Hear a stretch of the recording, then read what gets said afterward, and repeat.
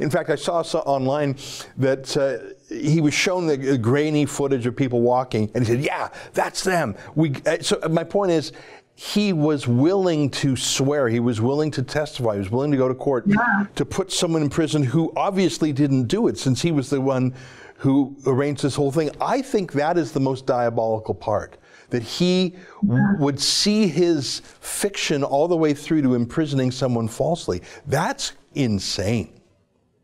Yeah, and there's all these people coming out with sympathy for him, like, oh no, you know, he's obviously crying for help.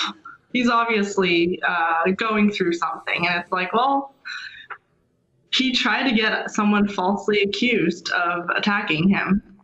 And not only this case, but, you know, the police, I mean, I thought this was the worst. It turns out this other letter, like a racist letter that was sent to his office, it was racist and homophobic. He made that letter too. Like he wrote that letter and sent it to himself so that he can use that. And then that didn't work. And that's why he did this bigger thing, this bigger attack. You know, I've heard of people sending themselves flowers or chocolates on Valentine's Day to make them, from their imaginary friend, to make themselves feel less. I would never do that. Never, never, never. But that, you know, my imaginary girlfriend or whatever, that's a joke. But to send yourself imaginary hate mail, I mean, Jussie Smollett, he's a threefer in the politically correct Olympics. Like if it was poker, he'd have like a royal flush. He's gay, he's black, and he's actually Jewish. I don't even know how you combine those three things, but he did it. And yet, you know how much money he makes an episode? I learned this today. He makes $68,000 per episode. 65,000, excuse me. That's as much as your average American makes in a year.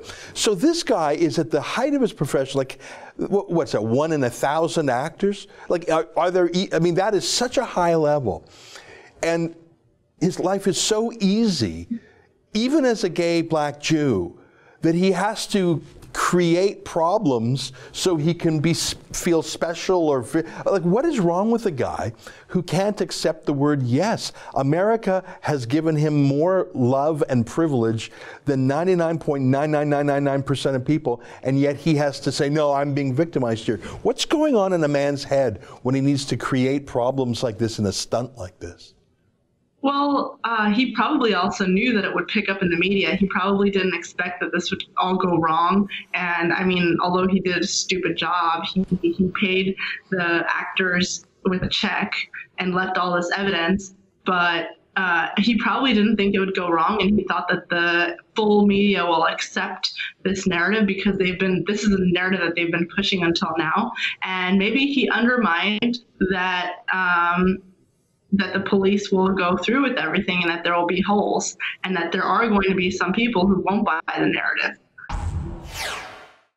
That's an excerpt from the Ezra Levant show. Every day I do a video monologue and then I interview an interesting guest and then I end by reading my hate mail. But you've got to subscribe to it, which you can do at therebel.media/shows.